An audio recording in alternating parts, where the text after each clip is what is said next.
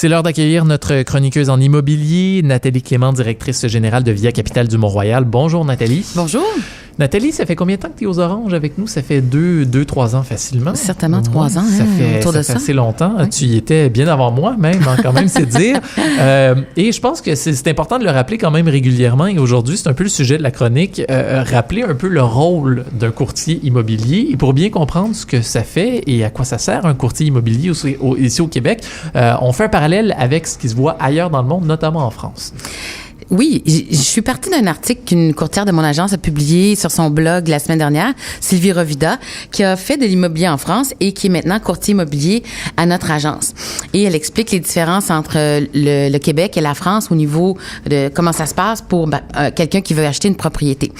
Et pour avoir été moi aussi en France à des congrès, pour avoir rencontré plein de monde là-bas, plusieurs courtiers de mon agence qui sont français m'ont dit « J'aurais jamais été courtier immobilier en France. Impossible. » Ah ouais. Donc, ce que je vais vous dire, c'est un peu quand on se compare, on se console, tant pour les consommateurs que pour les courtiers immobiliers ici au Québec. On a un système, nous, qui est très différent de celui de la France, qui s'apparente beaucoup à celui des États-Unis, mais je vais revenir aussi aux États-Unis, on a des différences avec eux, mais encore une fois, on est un peu une société distincte en ce qui concerne le courtage immobilier. Sur quel niveau? Premièrement, au niveau le pilier du courtage immobilier au Québec, c'est le principe de la collaboration et du MLS.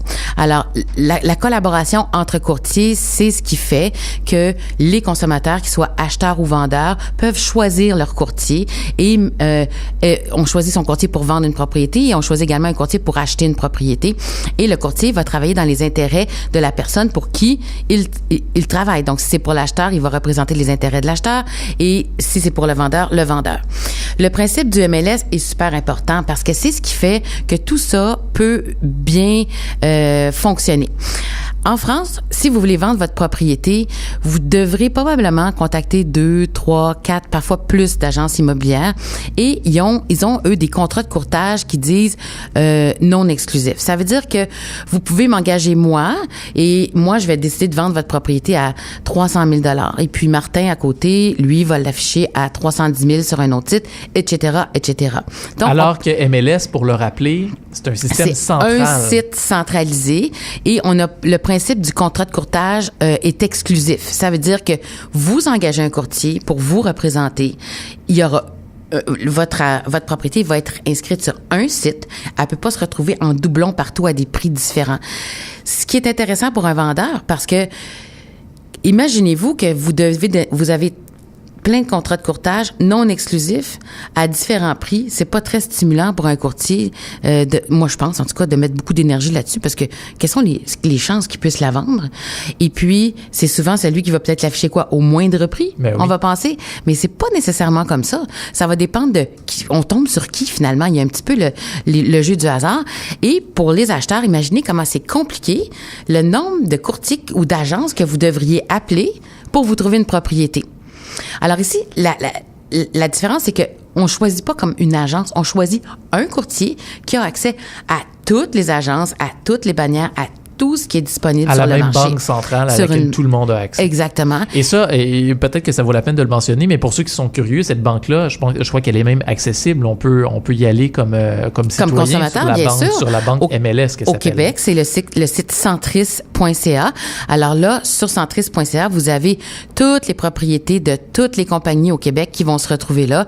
Et c'est super. Vous pouvez magasiner là-dessus. C'est pas un site de petites annonces. C'est un site de propriétés qui sont finalement vendues, mais qui passent par des agences. Par l'entremise des courtiers. Alors, toutes les propriétés que vous voyez sur le site Centris ont fait l'objet de vérification par les courtiers. Donc, les informations qui s'y retrouvent sont exactes. Les courtiers qui collaborent sont professionnels, etc. Donc, vous êtes assuré en allant sur Centris, en faisant affaire avec un courtier, d'avoir un bon service.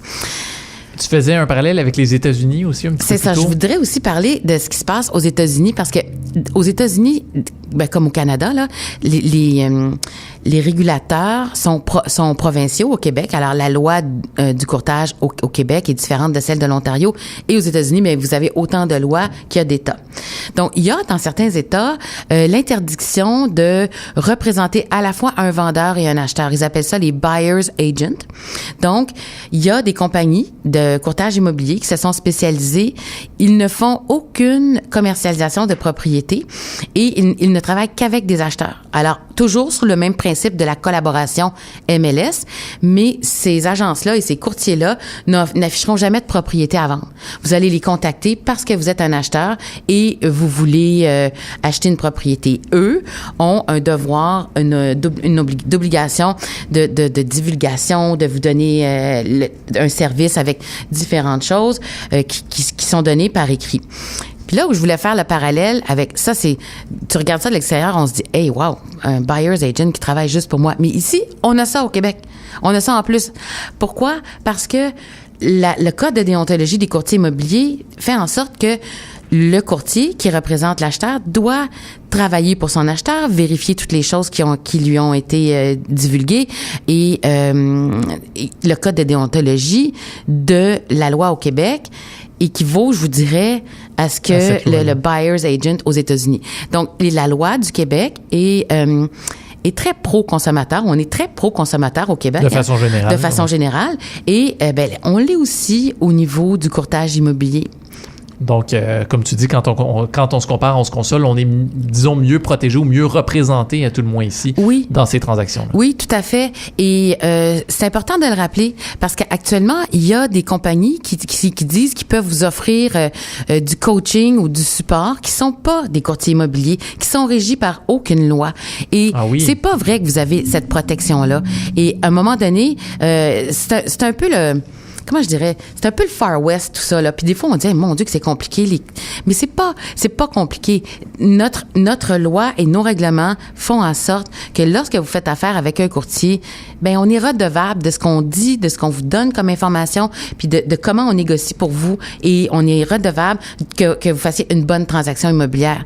Et si la personne ne s'appelle pas courtier immobilier, c'est possiblement justement parce que elle est pas régie par les mêmes lois puis qu'il faut pas nécessairement faire affaire avec par aucune loi. Il me semble que quand on fait une transaction de cette importance-là, on doit faire affaire avec un professionnel qui est redevable. On garde ça en tête. Évidemment, Nathalie Clément, directrice générale de Via Capital du Mont-Royal, coin Mont-Royal et de La Roche. Merci beaucoup d'avoir été avec nous. Ça m'a fait plaisir. À bientôt.